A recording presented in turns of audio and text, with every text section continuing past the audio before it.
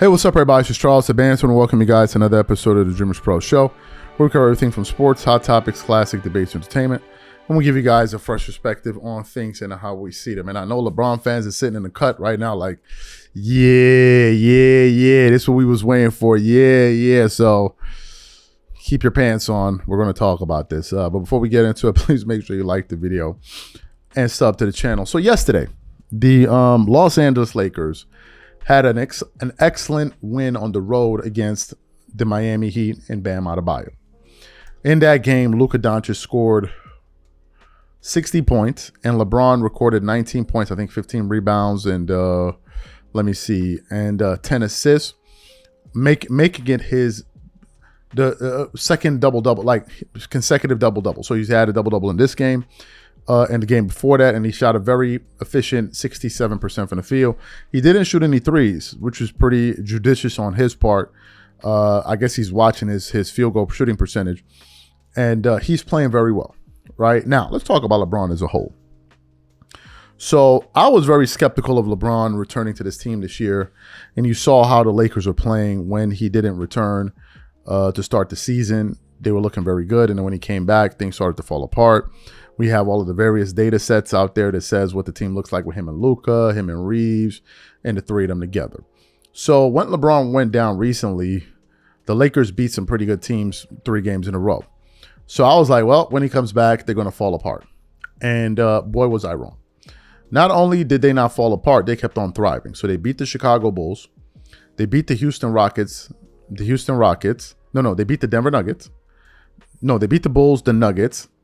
Then they played Houston 2 games in a row. They beat them 2 games in a row.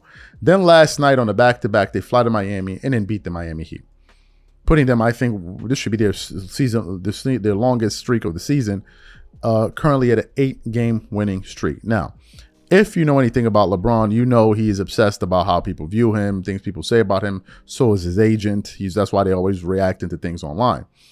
And apparently LeBron was aware of some of the chatter surrounding him in terms of him making the team worse. So after yesterday's game, during the post game in the locker room, I guess, the interviews, LeBron actually fired back at his critics. But before we even get into what he had to say, today's video is brought to you by our sponsor, PrizePicks. All right, guys, it's that time of the year. The playoff push is on. Tournament hoops are in full swing, and there's no better way to cash in if you're right on all the clutch buckets and slam dunks than PrizePicks, where it's always good to be right. I finally jumped into their team picks feature, and I have no idea why I waited this long.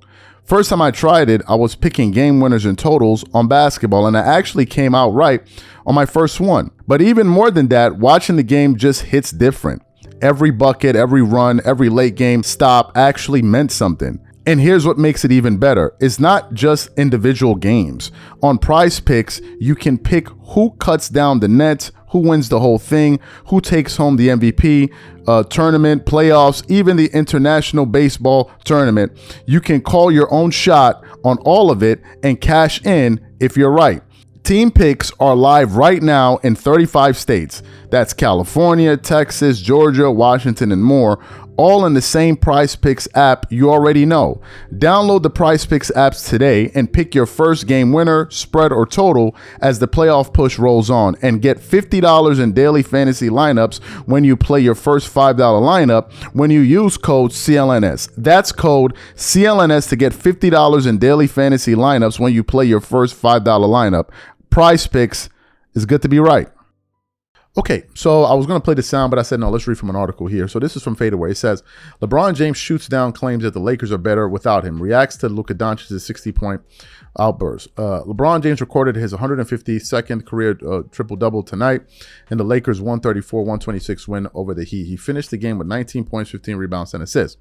After the game, the 41-year-old superstar addressed the media in the locker room scrum and spoke about the narrative that the Lakers play better without him.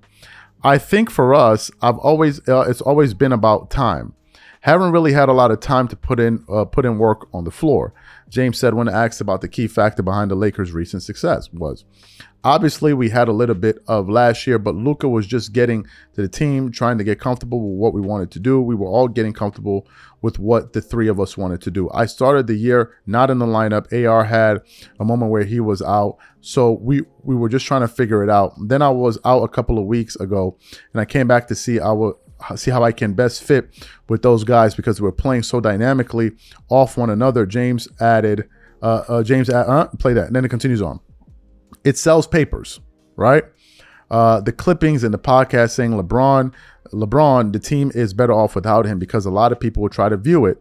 So I get it, but they're absolutely wrong, said James as he shut down the media noise. So LeBron is speaking to people like me and so many others that have said that this team is better off without him. Now, to be fair to myself,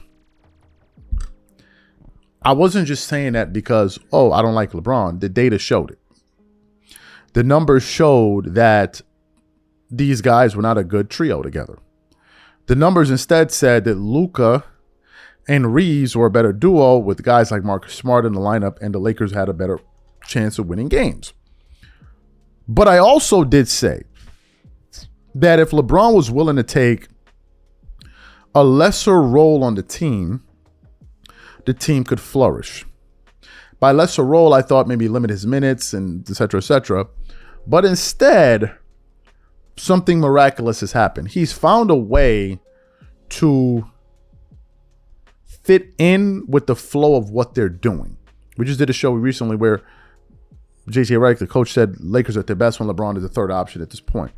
So even though last night he played, for instance, 37, almost 38 minutes on a back-to-back, he's becoming a lot more judicious with his shots, and he's playing an all-around game, and I think that it's not affecting other guys. Another way to look at it is if you look at his field goal attempts. The game before that, they were quite low, and in last night's game, there were 12. Think about this. Luka Doncic took more shots than LeBron James and Austin Reeves combined.